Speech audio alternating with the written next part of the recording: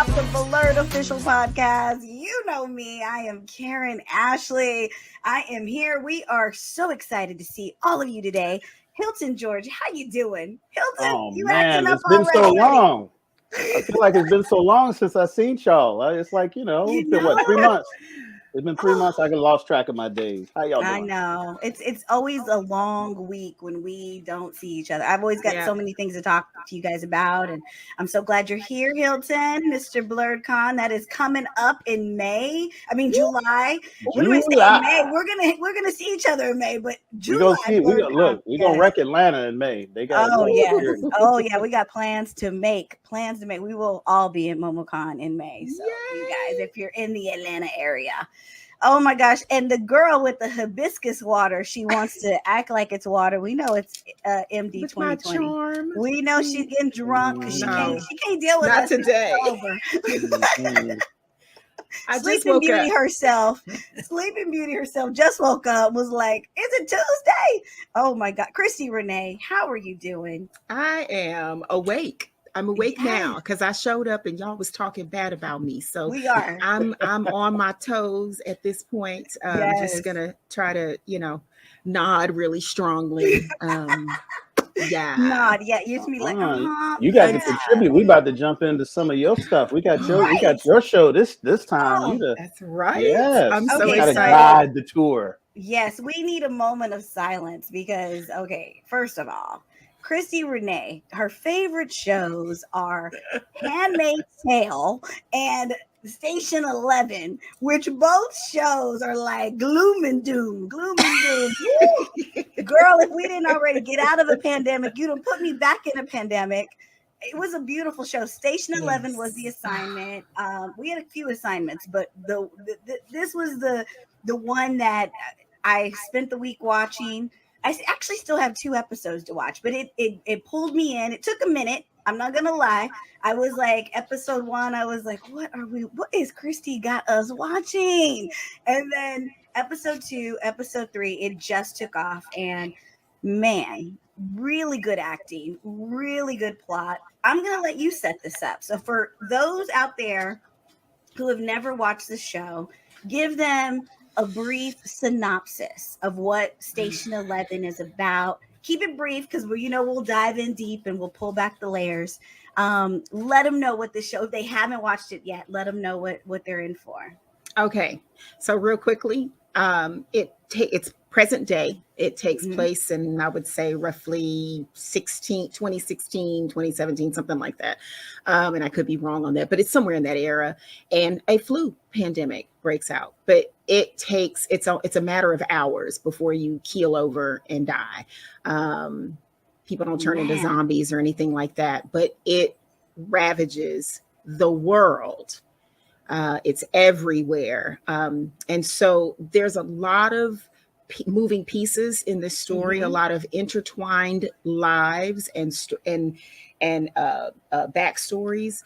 And it takes place in 2 separate times. So you'll do flashbacks, but it's Yeah. almost not like it starts out in the moment this all happens. And then we fast forward and then we go back and then we go forward and we go back. But it's Yeah. to me, it's easy to keep up with once you learn the characters and all of the Mhm. diverse characters. I love the casting. It's incredibly diverse. And Yeah. it looks like the world. And so the remaining people, as we move 20 years into the future, post pandemic, it feels apocalyptic, but it's not, because they make a new life. Basically, you just have to Mhm. pick up the pieces and all these different characters. The center point of the story is humanity. That's what's Right. at the center of this. It is about humanity. It's about what happens when all of these things that we take for granted are destroyed. And so we still are humans and still here. And what do we do with that and how we Woo. function? and rebuild. It's a rebuilding. Exactly. Mm-hmm. And you know what? I like the way you put that, because really, Hilton and I were talking before you jumped on into the stream. It was Hilton, me, and Dana, and we were talking, and you mentioned, Hilton, like, it's like the flu happens, and like literally people get in there like, oh, you know, it's like Right. I think they said, it was like 1 in 1,000 survive.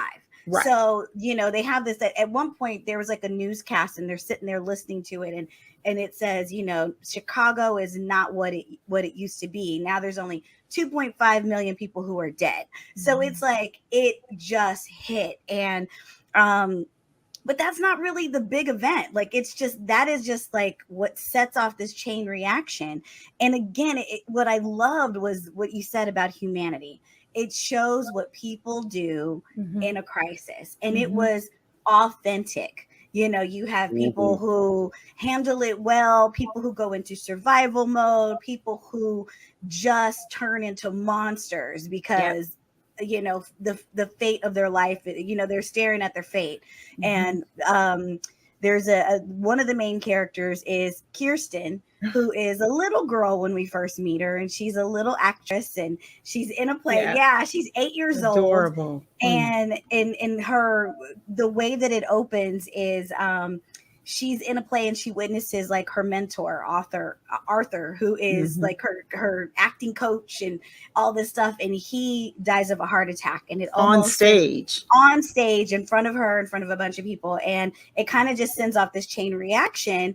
But she makes a friend, and it's just crazy, because when she makes his friend, I want to make sure I say his name, Himesh, that's his character name. Oh no, his name is Javon. Jeevan. She makes a friend, and it's so funny because he's just this random guy that witnessed Arthur dying. He was the first one to kind of notice, the one to kick into action. And then he sees her standing off the side of the stage. And then when everyone is leaving, he's kind of like, he just sees her standing outside by herself. And he like is like, little girl, how are you going to get home? And she's like, well, you know, I would have gone home with my, you know, her friend who left with Arthur. And so she's just kind of there. And he just in a second decides, I'm going to help this girl.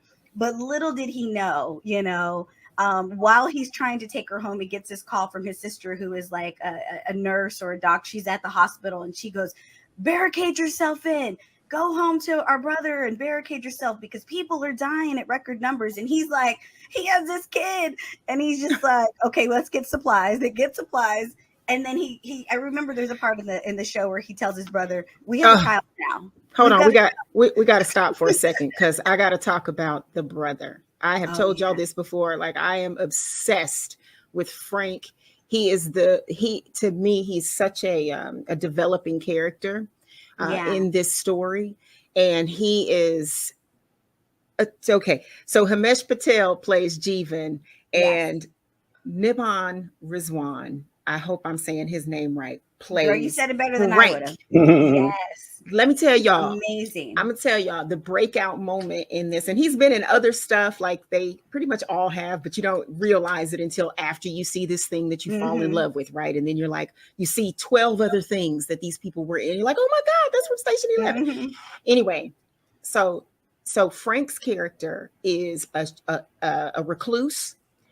He's shut in. He's come up off of. He was. Oh my God, what was his? He was injured. He was in Sudan. He was covering a photojournalist, and was hurt on site. Right.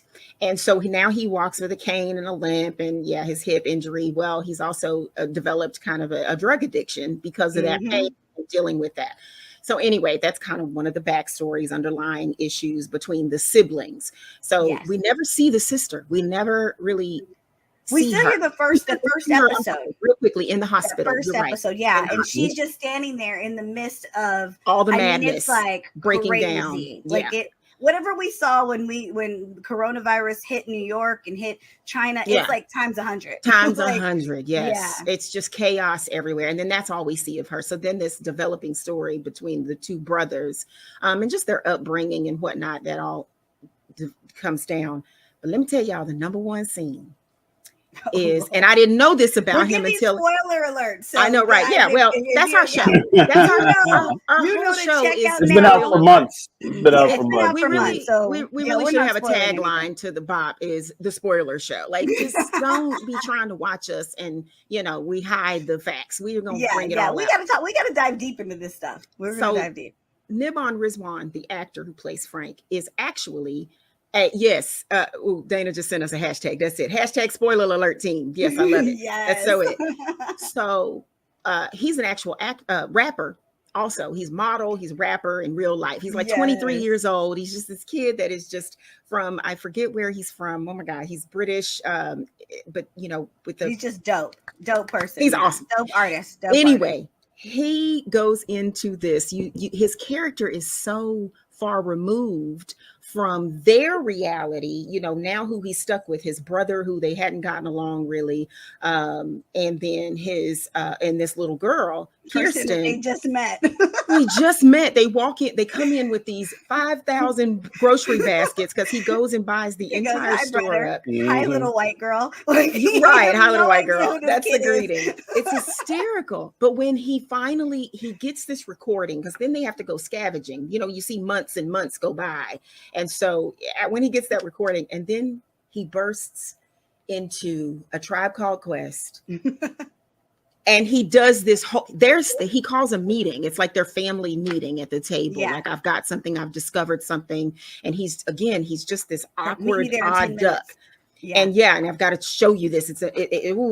And he starts to play this loop of this recording. And when he bursts out into full blown rap, like it's one of the dopest moments of the whole thing. And I was done then. I was done. I still cry. I think it was the moment they all lost it. Like, they all were grieving. And they just got all into lost it.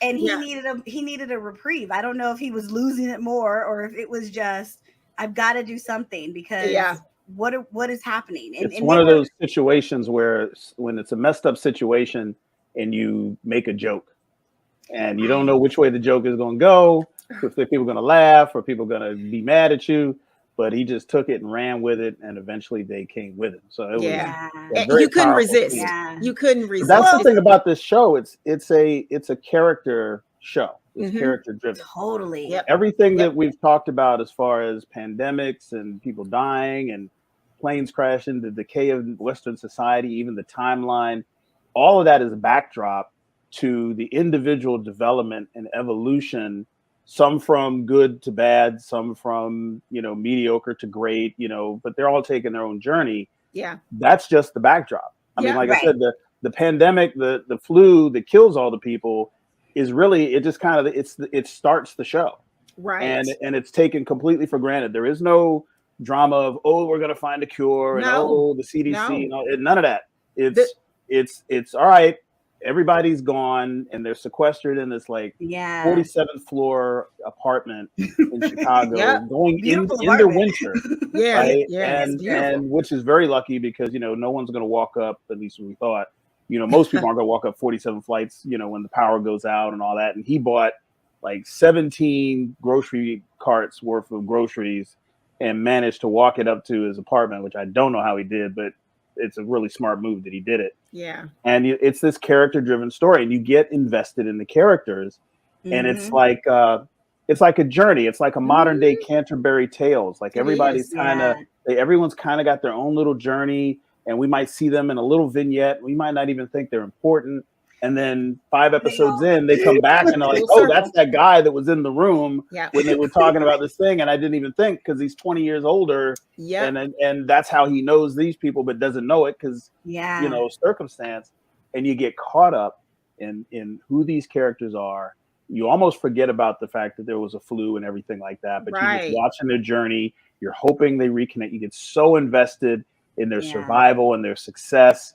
And like I said, the world is apocalyptic, but it's not like Walking Dead, and it's not, and it's actually not, to be perfectly honest, it's not that dark. No, I mean, it's not like marauding bands of cannibals and zombies and dead bodies everywhere, I get into it because it also shows you, how resourceful you have to become. It's so revealing, I guess, and telling about if you don't have the cell phone, well, this is what you have to do. Or if you don't have electricity, this is how you do it. And it's just the writers just did such an incredible job. It is like you amazing. said, with the Look for 'em developing for Emmys. the development of the characters and just the infusion of culture. And what I love is it truly is, I think, there is no one antagonist or protagonist, right? So, or if there is, humanity is both of them, right? And so what we do with electronics, like you have the two different worlds. You've got this wannabe modern, forward thinking, electronic, digital type of, space at the airport, where they've created a whole world. And then you've got your traveling art body of art, I guess. Theater, it's the traveling theater troupe, and it's the BARD. And that's the art. We're constantly, which I think sends a great message, because art needs to be funded always and forever in everything, because it's part of our humanity. And I think that's what keeps us humane, is when we can artistically express, and when we can be creative, because it's going to take some creative minds to figure out how to clean water, how to rebuild something, how to just really just do anything if we didn't have all of the things that we have today. But it is a beautiful telling of, I know it feels dark, and I think a lot of people thought, oh my God, well, because it came out in the midst of a pandemic. It does. It's scary. It's frightening, because you imagine a plane flying, just falling out of the sky right in front of your apartment window. And she's like, something bad's about to happen, and then the plane just comes in. Could you imagine? That thing is so massive. Like even just to stand next to an airplane, just in general, is just terrifying. Before we go any further, we should probably let people know that it is on HBO Max. HBO Max. Yes. And I think it's still on HBO Max. It's on HBO Max. I've been watching it. We were complaining before you came on, because we were kind of complaining that it's a sleeper hit, because they didn't really promote it. There wasn't like this big push. There was no commercials. No idea. The queue just brought it up. That little private algorithm based on what you watch. And like if you watch this, you might like this. And I'm just looking at it, and I'm like, Station 11, and it's just got this picture of a girl's face. She's like, looking out, and I was like, did I click? Do I have enough time in my life to click this and see what's going on? 10 episodes. I'm so glad I did. And in true HBO form, it's a slow cook. It is a boiling pot of grits that you can't look at. You just got to go for the ride. You got to wait that first 30 to 45 minutes out before it really grabs you. It doesn't grab you in that first 5 minutes. Like a lot of people have very short attention spans. They want something blown up or somebody fighting. You're obsessed. You just gotta. Well, you get obsessed once you get in. No. I'm speaking to that's one audience. There's another part of the world, in the universe, that is like me and is like, oh my God, I'm obsessed with, what happens with when or if something, the world just kind of comes to an end. Like I'm in that audience. Seen that. We've kind of already even though the world obviously didn't end, we saw how ugly things could get. We saw empty shelves. How we were getting misinformation. We were getting, how politically people would take over, and even now we're in the midst of, we're back to normal, and it's like the pandemic is still happening. The numbers are rising, still developing. New York, a bunch of cities, Miami, a bunch of cities are having really big outbreaks. The hospital cases are going through the roof, but people refuse to wear a mask. Like they're like, I was telling Dana before I came, I said, it's so weird, because I just went to 2 Comic-Cons, and it's like it never happened. And it's like there wasn't there was a handful of masks, and where just last year everyone had something on, but it was just kind of weird, because I remember I was talking to this one man who he was like, and this is like someone I've known for like probably 8 or 9 years. Like I see him every year. He's a volunteer at one of the shows, and he's just a tried and true volunteer. And I've gotten to know him. And he was like, I almost died. I had the coronavirus, and I was in the hospital for a month. They told me 3 times that I wasn't going to make it. Wow. My family came to say goodbye to me. And I was just like, oh my gosh, I'm so happy you're here. Thank God. He goes, but you know what? coronavirus is over now, so we can all get back to life. And I was like, hold up. What you talking about, Willis? Right. And I was like, you had a near-death experience, and I said, it's over? I didn't get the memo. I didn't know that it was over.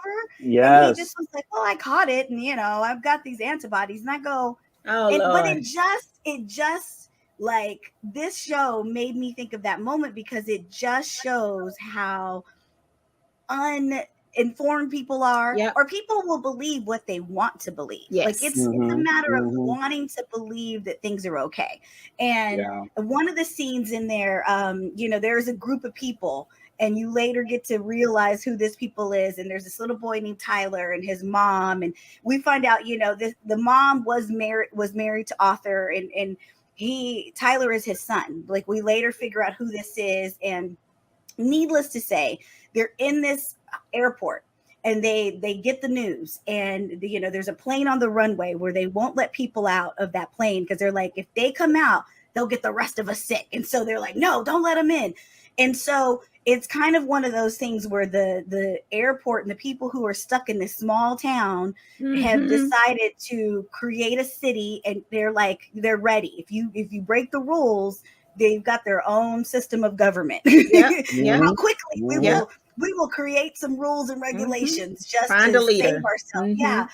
And needless to say, this little boy Tyler, he's just this dark character, and he goes out and is just sitting on like one of the jetways or whatever, and he sees someone come out of the plane, and he's like just as shocked as everyone else, and he goes to help this man who obviously did not die in that plane. Other people died in that plane. He survived, and he should be okay. He should be okay. And when he brings them in, they immediately shoot this man. Like, they were so scared, and they were like so territorial of, don't touch him. It was just weird, but it was like, it just really brought in, like, people believe what they want to believe. And like, we saw that with like the AIDS epidemic. We've seen that with the coronavirus. We've seen that with so many things where it's just a bunch of misinformation leading a certain group of people, and they don't want to learn. They don't want to know better. And exactly. Yeah. The thing that struck me about this is that it resonates, because, I watched it like while we were still kind of on lockdown. It wasn't in the heart of it. I kind of picked it up toward the end of the summer. And I have always said about COVID that coronavirus is kind of like the apocalypse practice test. It's not so deadly that it's going to wipe out the earth. It's got a 3% kill rate. That's not horrible. It's just really, really, really. It wasn't the one in 1,000. Everybody's going to get it. Exactly. So I said, this would have been the test to show how we would have reacted to the next virus coming around. Because if there's almost any other virus, you think about Ebola, you think about bird flu, or any of these, even the flu. If the flu were as virus as COVID, as viral as COVID is, you'll be millions of people dead, all across the country, all around the world, more than what we have now. Yeah. And I said, we failed the practice exam. Oh, and what we're watching on this screen is the actual MCAT of apocalypse, because it's like, great analogy. It struck. It actually struck. Coronavirus snuck up for months. We're hearing about it, and it's over in Wuhan. We had like a 3-month. We're like, what? I'm hearing more about it, like a little build. These guys was like out at the theater, and then they go from that to like an hour later, people are dying in the street. Yeah. And that's how, like, the Spanish flu and the Black Plague and all that kicked in. And, we kind of like, we're not ready for that kind of virus. Like, that kind of virus would hit us exactly how it did in that show. If it hit, that's how it would be. There was no watching this as a fictional, they did something special that made it worse or made it better or something like that. I was looking at it like, no, that's pretty much how we do it. Everything I watched, I know people like almost every other person in there, but the thing that really sets this apart that we haven't touched on yet is this underlying fictional story about the spaceman. That's what I was about to just bring up. The story. That is the glue. The author of the book. Yes. The author of the book. It's all surrounding this book. What it is, though? What it is that the author of the book is even subject to that story in a way, because we're just weaving through this legend, because the show, it kind of tells us about the story and gives us visuals that are fantasy that we don't know are fantasy of this person in space observing the Earth, who's a part of this fictional graphic novel that becomes kind of like this weird de facto Bible. Yes. You know, there's only and then 6 we're of them meeting, or something like that. Yeah, and we're meeting this woman who is a writer, but not really a writer. And she's an artist, but not really an artist, who's kind of throwing these ideas out. And I'm like, the sketches are starting to look a little like these little fantasy vignettes that the show is doing over the course of like 14 episodes or something like that. Yeah. And we don't know what's real. And then we find out that she's the author. And then the story comes full circle. It's like it all comes together at one point.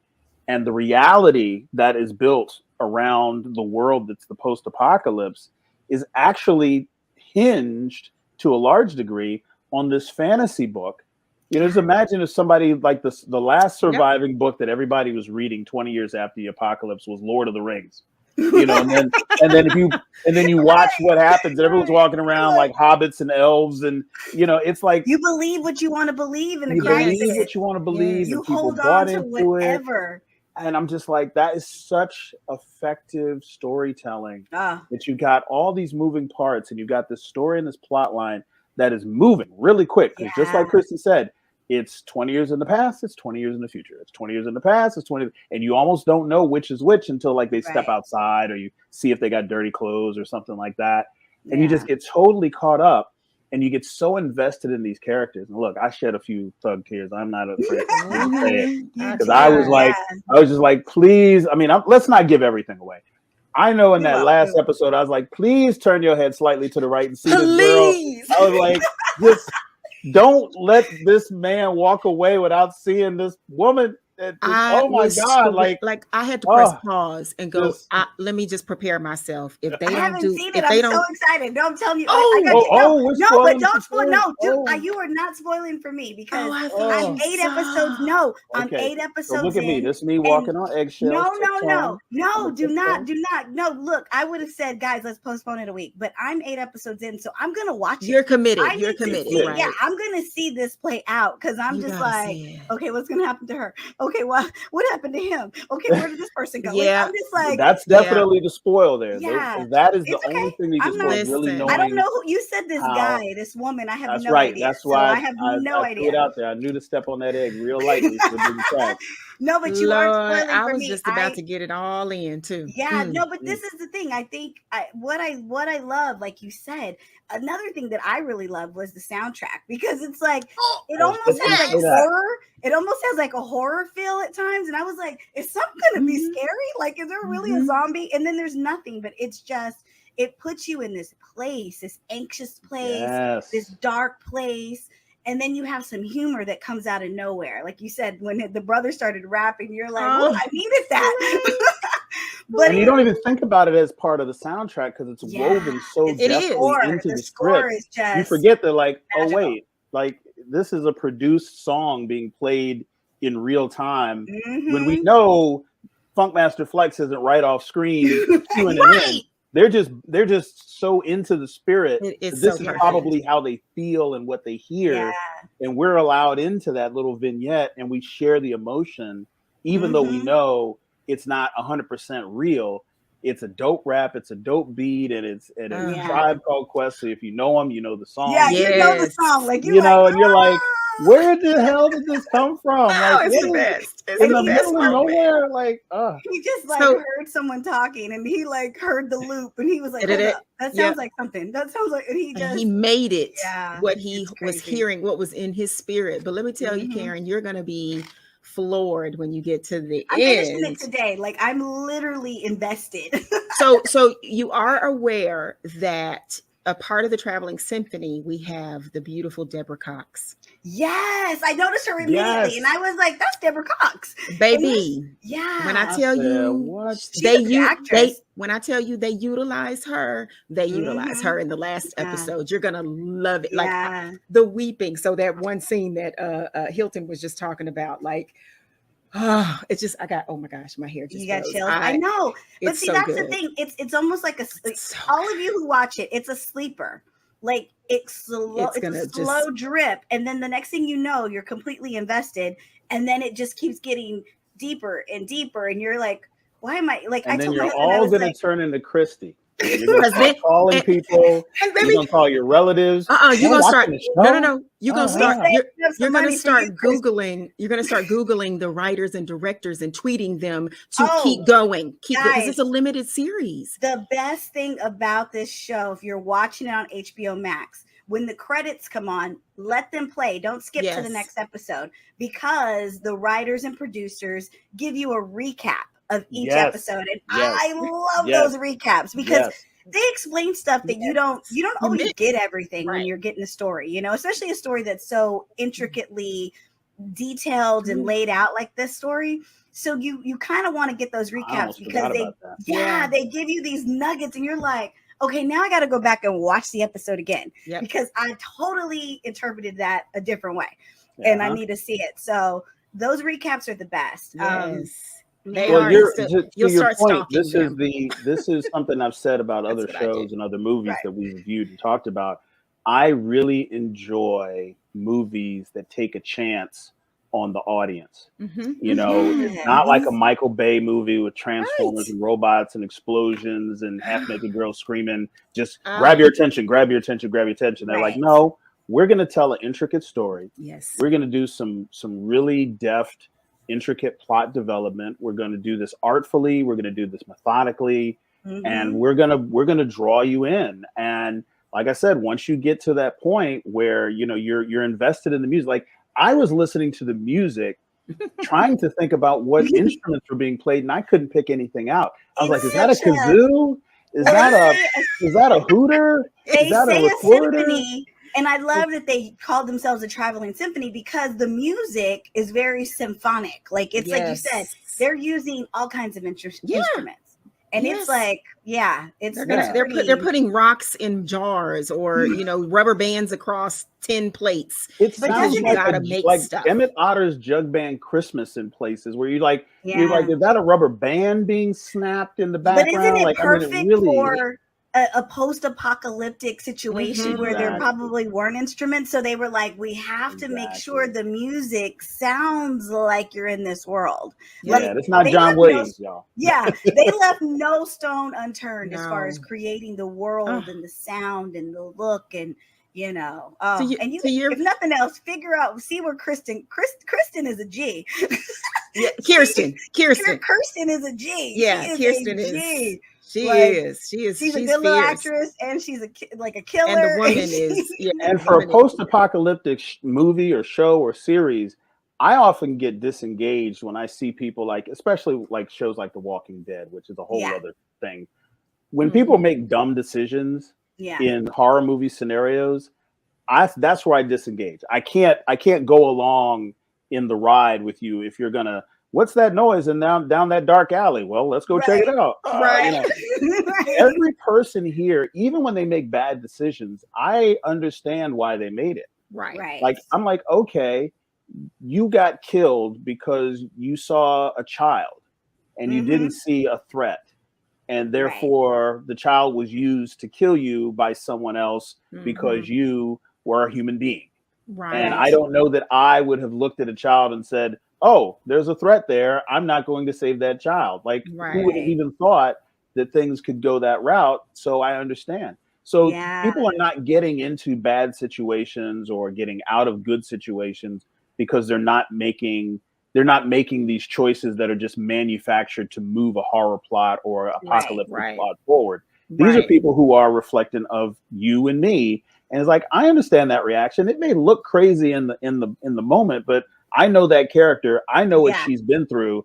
I dig why they're out there screaming and yelling and acting crazy, because this is what we do as human beings, and there's no way around it.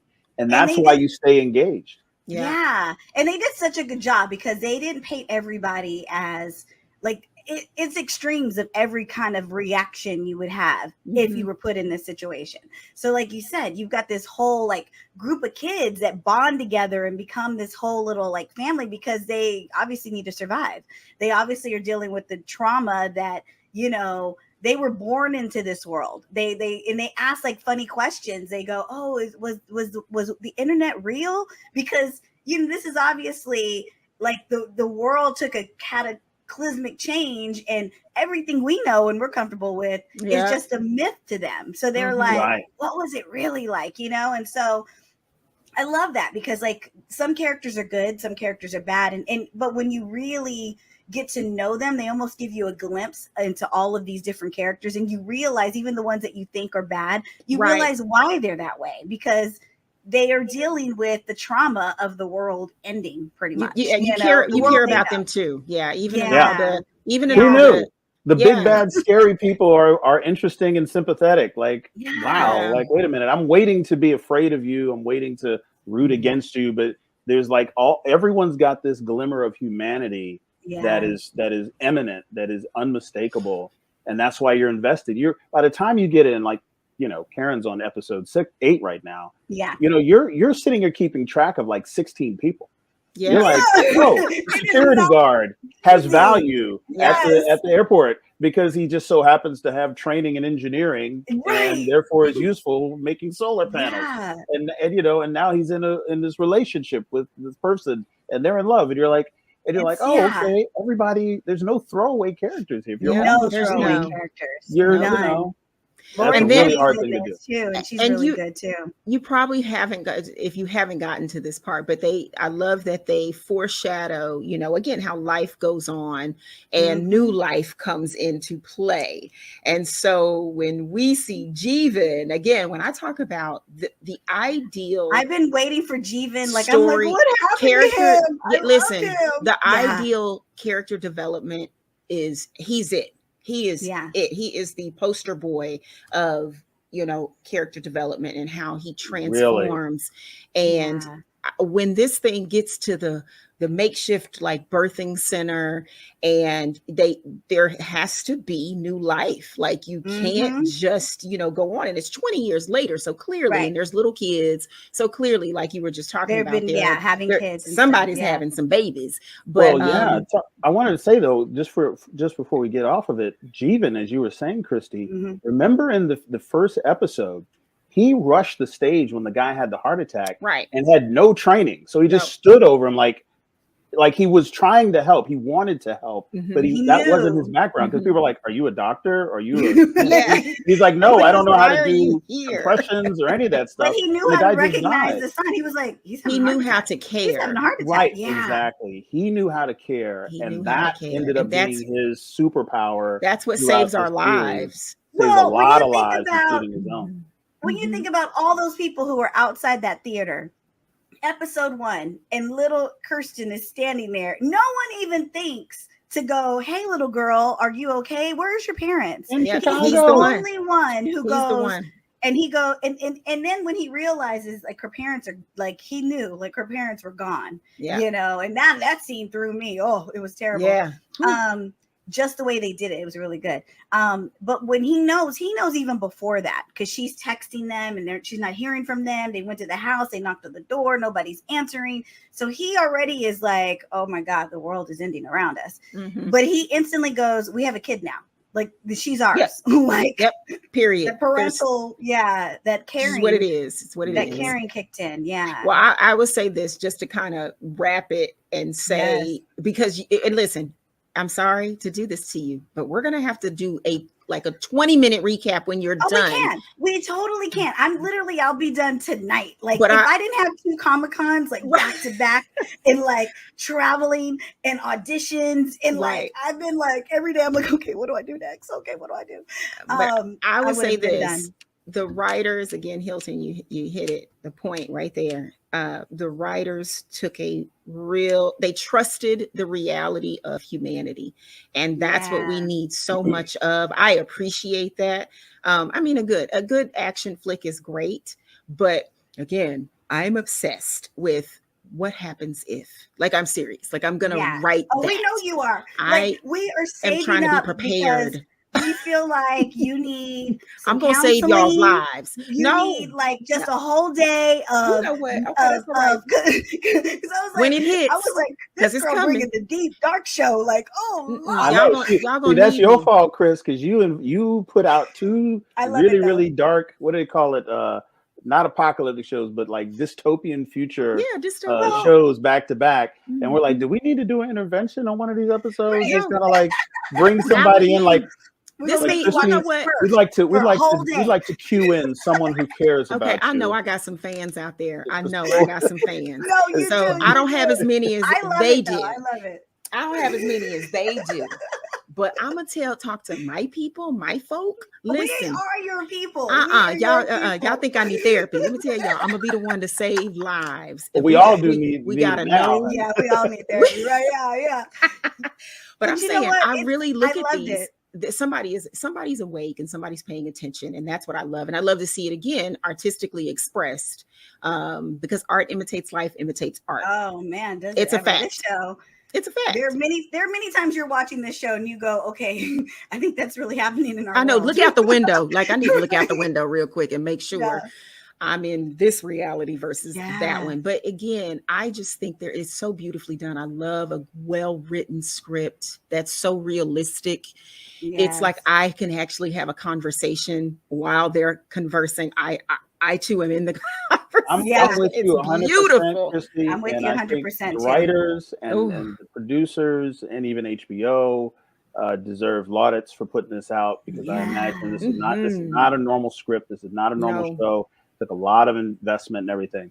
But I'm also going to slap them on the back of the hand for saying you go through all of this to produce this amazing show, and you don't do any promo for it. There's no commercials. There's no articles. There's a whole PR arm of your. This deserves some marketing dollars. It does. It shouldn't have been something that we just accidentally heard from you or accidentally stumbled upon HBO Max. And that's how I found it. I stumbled upon it, and then. But I'm gonna tell you this. I stumbled upon it. I passed over it, but I did see something. I did see some advertisement, but it was after it was, and I watched this after you, Hilton. So, because you watch. Well, let me see. I don't know. Time is a blur. I could have watched it. I could have watched it late summer. You know what? I think it was around the same time, because it's been a minute. But my point is, I right now I'm okay with it. I'm gonna tell you what I'm not okay with is the fact that it's a limited series and they're still trying to figure out if they're ever going to do anything else with it. And I'm like, no, we got more to talk about. I'm fine with that, though. They're on my list. No, let me tell you. I know that there are shows that I love and that you love. And I'm thinking to myself, you know what? Some stories go full circle. Right. And they do it well and do it perfect. Now, if they did a cliffhanger, like as if they we're going to do this so we can do another season, and then they don't do it, then I'd be mad. Like, but let me tell you, hanging. But they really did a great job sewing it up. But I think there was no, and I can like no because well, let me tell you why. I think we opened up the show with the cliffhanger. There's 6 more books out there. She only published, what was it? It's either 4 or 6 the more character books. in the book or in the the movie? Writer. Or the Remember, writer? the writer published. She published 6 to 8 books only. That's it. And so 2 copies of this book, of Station 11. We already know who holds 2 copies, right? Right. We know that Kirsten and where are the other 4? That Taylor have, I want to say it's 6 copies. I have to go back. Wait. Let me just to be clear. Copies of the same episode or different stories? Is this a real book we're talking about that exists in Amazon, or is it in the story? Oh, it is. Station 11 is a real book. Right, but there's not 6 other Station 11 books. No. What I'm talking about, I'm talking about in the character, Lord. I'm in the film. Okay. I'm in the show. I got excited because I was like, oh, there's more books. The story is already written. No. Shut up.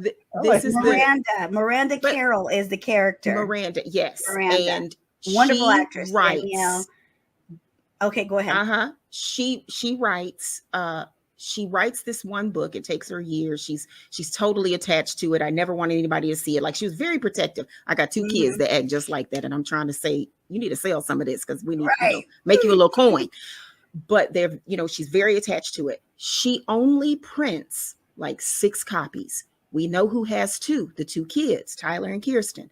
So my question is, we learned that very early on. Well, if these two kids end up growing up in two different worlds, two different spaces, then they come together. Well, we still have a few more copies where we haven't seen all of the world. I feel like there's a couple of others. And let me say this, it doesn't have to stop there, whether they wrote this or not in our real life, in our metaverse. Because just like another show that I love that y'all keep talking about me bad about is The Handmaid's Tale. There's only The Handmaid's Tale. What, they you take like The Handmaid's Tale? I don't think I've heard it. Wait, that when we talk, wait, good. y'all not gonna be ready so for good. when we unpack that. I'm gonna be in full costume. I told y'all. A 6-episode series of this show on The Handmaid's Tale. Yes, and I'm gonna be in We costume need every like single a whole time. Don't do that. dedicated to The I am. Handmaid's Don't do that. You'll freak me out. You'll freak me out. Prepare yourself. Prepare yourself.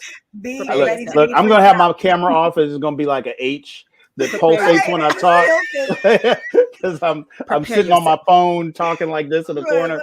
Listen, I can't The look at. Handmaid's Tale is so. If y'all follow me, oh y'all know that's how I don't even like Handmaid's Tale cosplay. I mean, I like them, but I see them and I'm like, ooh, that's dark. Yeah. So I marched you're last actually October. wearing it. Like, yeah, last October I marched in the Women's March, and that's what I wore in full character. And when I dress up, I'm in full character. Oh, I'm Chris, I'm you Oscar traumatizing award people. worthy.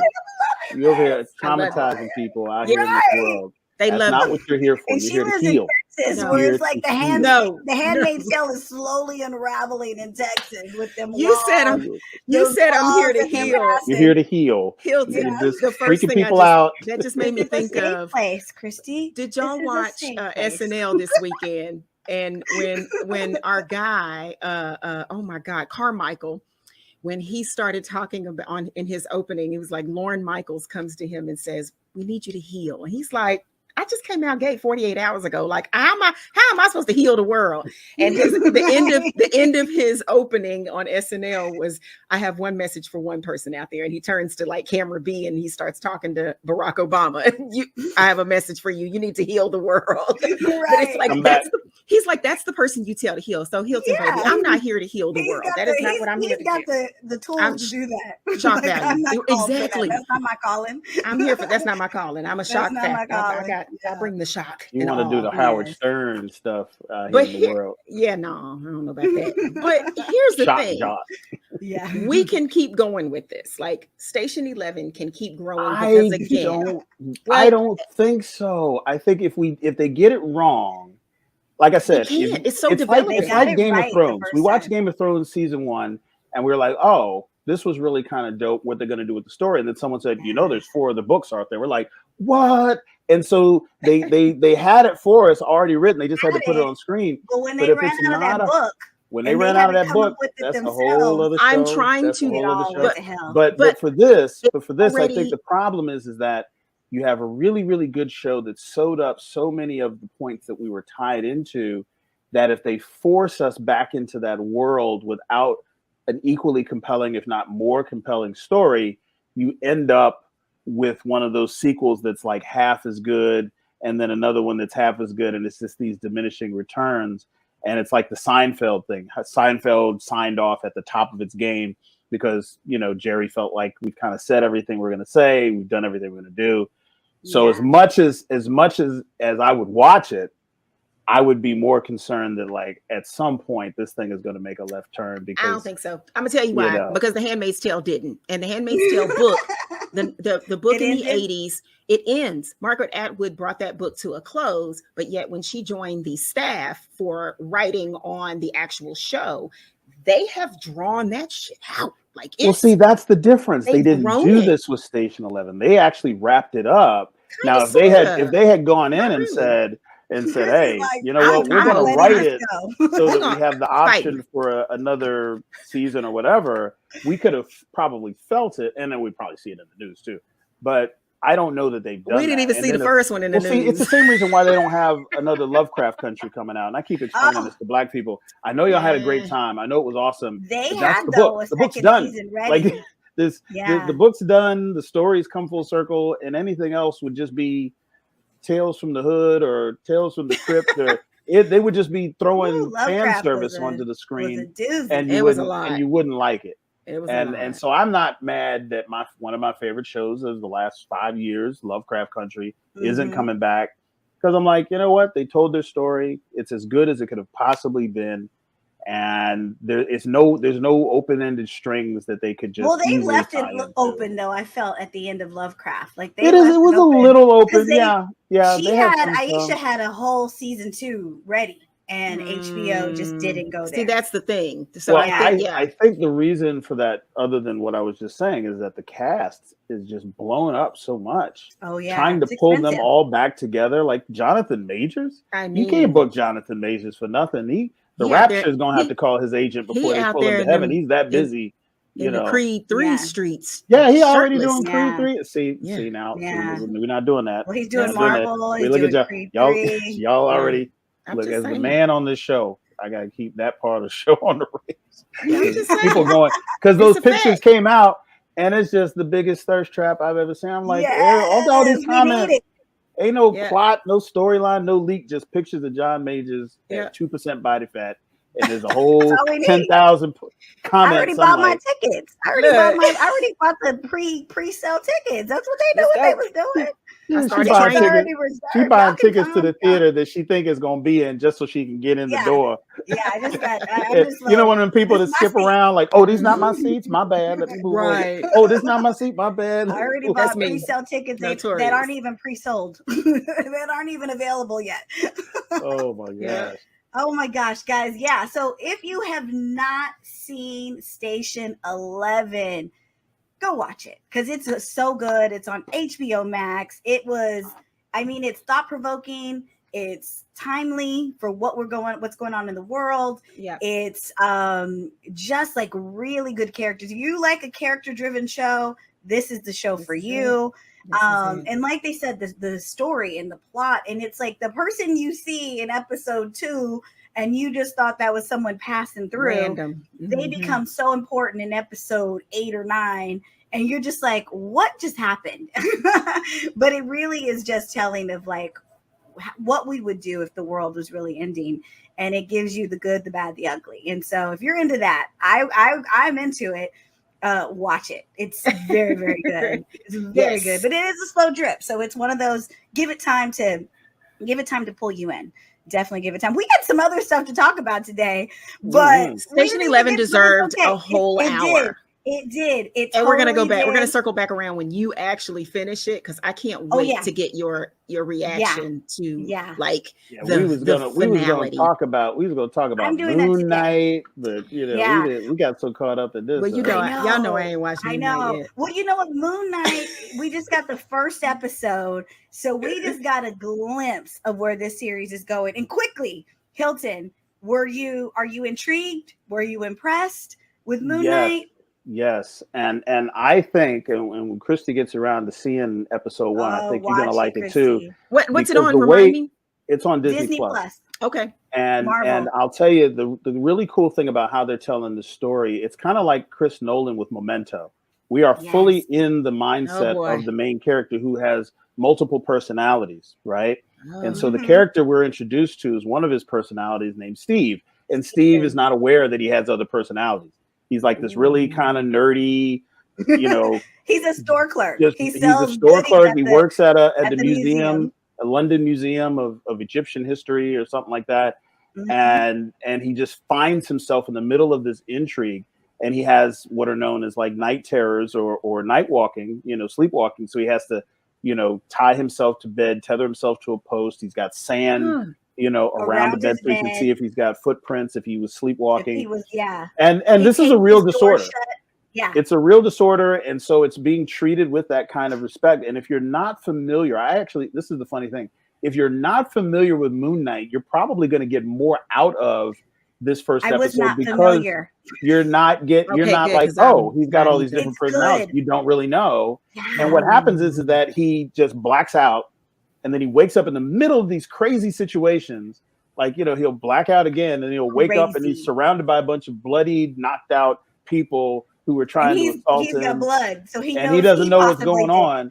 And he's almost like, if you took Jerry Lewis, kind of like in The Nutty Professor, but took away the comedy, he's like a Jerry Lewis character. He's got the flooded, pants with the socks and he's walking all funny, but he's also this badass. And it just really kind of takes you from a first person perspective. We're trying to figure out what's going on. He's trying to figure out what's going on. We're just as lost as he is. But then at the end, you get the payoff and you're like, okay, episode 1, this is what you waited for.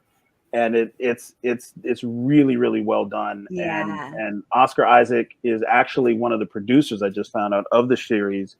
And he's like a Marvel maven. Like he's like a superhero maven. He's played Apocalypse in the X-Men franchise, the Disney franchise and Star Wars. He played Poe. So you're gonna see this guy's face and go, this I is know the that best guy. I've seen him though. Like I think this is the one character where he gets to be like, you literally see him be vulnerable. You see him be like, like, where am I? What's happening? And and he goes and like you said, he's got this multiple personality disorder and he keeps hearing voices and it's like, Steven, just let me save you. And it's like, rewind. He doesn't realize that that's coming from him. He doesn't realize that there's someone else. Going on. And it isn't until that last scene you get a glimpse, and it's like, it's 1978 all again with Superman with Christopher Reeve, and it was a revolutionary story to tell. Where the first almost hour of the movie, nobody sees Superman.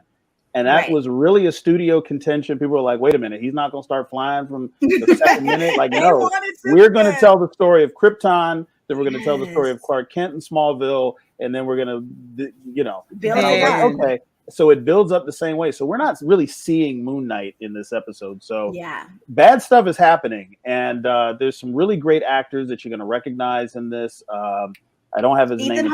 Ethan Hawke is playing a very creepy David Koresh cult leader guy who has like these mysterious powers, and he's got these followers that just kind of come out of nowhere, like Legion of Justice and stuff. Like, whoa, these people just really secretive. And he's going to be doing some big stuff. So I highly recommend watching it. It draws you in. It tells you nothing, and then it just gives you. And it's scary and it's dark. I love it. It has feels of horror. Like it literally has. That's right up my alley. You're gonna love it. And like I was watching, and of course I'm watching it in the middle of the night, like 2 a.m, and I'm like, exactly. It's the only way. Scene with the hallway. I mean, that was straight out of Stephen King. Like, it's totally like the dark hallway. You see something in the mirror, and he's like, I mean, it gives you action, it gives you horror, it gives you superhero, and but it's done really well. So me too, Hilton. I'm in. I was impressed. I love Oscar Isaac. I feel like he's got so much to work with in this character. I love Ethan Hawke. So I'm super excited about Moon Knight, and we're going to give it. Only 6 episodes. It's only 6. Yeah, that's it. Total. Episode 1 is out on Wednesdays. I'm watching that today. You get a new one. You get a new episode every Wednesday, so you can watch episode 1, and then tomorrow you'll have episode 2. Okay. Good. So yeah. Oh man, but I love that. Yeah, we'll come back to Station 11, and we're gonna come back to obviously Moon Knight because we've got 6 episodes to work through. But I did want to talk about it and just give our initial reaction. I'm so excited about Moon Knight. And let me say this, I just appreciate that we have this platform, number one, to talk about, some of I couldn't find anybody that looked like me that was talking about Station 11. I found groups on TikTok. And I was like, but it still ain't nobody like me. So I started blowing up the groups. I was just like, I'm going to start. Right. And I'm brand new to using my voice on TikTok. I usually duet and react or, put up my own little videos, but I don't really talk a lot. So I've only done like 2. And I was like, I'm starting a new Station 11 or just the shows like that I feel like in our culture. I don't know. I don't know if maybe people are sitting around like me, like, can I tell everybody that this is what I like and this is what I love? No, it's whatever. Good. I'm excited that we're here and we get to bring that here. So this is great. I'm thankful. Thank you. I know something like The Handmaid's Tale too. I know we joke and we play, but we're right there with you. I'm into just a piece of work that makes you think. Yes. And I'm into seeing how humanity decays and how there's hope and how just like we destroy ourselves every single time. I mean, you look at the history of this world, we destroy ourselves Every single time we fail, but somehow there's a spark of hope, and we lift ourselves up and we build anew. So no, I was all about this show. And the acting was so good. So you know me, I'm obsessed with actors, and I'm obsessed with performances, and I'm like studying them and like, I gotta learn how to do that. There's a stereotype out there that Black people don't like, introspective, thoughtful, well written, Well, think about Lovecraft. Think about Lovecraft when it came out, and it was this horror-driven, deep story. I mean, it had layers. It's sci-fi. They were like, they didn't think that it would do so well, and then it exploded. It was the biggest show a couple summers ago, and it was like, and people, like, I remember having conversations, and people were like, I'm shocked that a Black show or kind of a Black cast is doing sci-fi so well. And I'm like, hold up, did you hear what you just said? Right. Exactly. Into who? Exactly. Like, we don't know sci-fi? Like, come on. And it's like, it's one of those things where it's like, it's almost like our own, that when you talk about systemic racism or whatever, you think that way because we've never been given the chance. Exactly. And you didn't even realize we'd never been given a chance. You look at the movies where we weren't there. Yeah. So it's like you see us, we're not in the movies, we're not getting the opportunities, or historically didn't have the opportunities to produce them and direct them. And then the stereotypes about Black people, being scared of stuff. I mean, we joke about it too. But, I know a lot of horror heads. I know a lot of sci-fi heads who are Black. And as long as stories are good and well told, we're out there in the fandom. And that's one of the representation pieces to the puzzles. Like, are we in the fandom? Are we watching the shows? Are we talking about the issues? Are we lifting up the writers and producers and actors? Are we following them? Are we making note of, what the person who did the soundtrack, put a pin in that, and that's what the studios look at. Like, wait a minute, we got a Black fan base for this show that wasn't specifically written about and for Black people. Like, Hollywood can't ignore the BLERD Black. They can't ignore minority dollars. I think they are finally realizing that we bring in, so much revenue, and they can't not represent us, and they can't not tell stories that we're in and that we create. And I, right now we're kind of in a time where we're seeing a lot of producers and writers that are creating content, and they can't ignore us. And even though I remember a friend of mine, we were talking, and they go, it's so weird. Like, it was around the Hollywood is so white kind of phase. They still are, but we were in the beginning of where people were actually saying that out loud, and it was almost like the chant. But they were like, it's funny because Hollywood, they can think of a world where there are dragons flying around and there are vampires and there are all but they can't see us. Like, we can't even like be riding the dragon. That's the real science fiction. A Black person surviving more than 20 minutes into a horror movie. Like, like, whoa. That's hysterical. Yeah. But that's so true. But you know what? But again, we're here. We're here. And I love it. And that's my point. I just wanted to this is the executive decision that whenever these kinds of films in the mix with everything else that we review or we talk about or promote or boast, celebrate, like, we got the space, the platform. We need to start. We got to get some of these people on here. I'm about to go crazy tagging and stalking people. Right. We'll get some on social media to say we was thinking, like, we should do some. We was talking about you today. Yes. We need to get some. I know. I was like, gosh, this show, like, the world needs to watch it, and we need to I'm surprised. We stumbled upon Station 11, but if you haven't watched it, stumble upon Station 11, and then stumble upon the BOP, because we are here every Tuesday, the BLERD official podcast. We thank you for watching. We thank you for talking with us.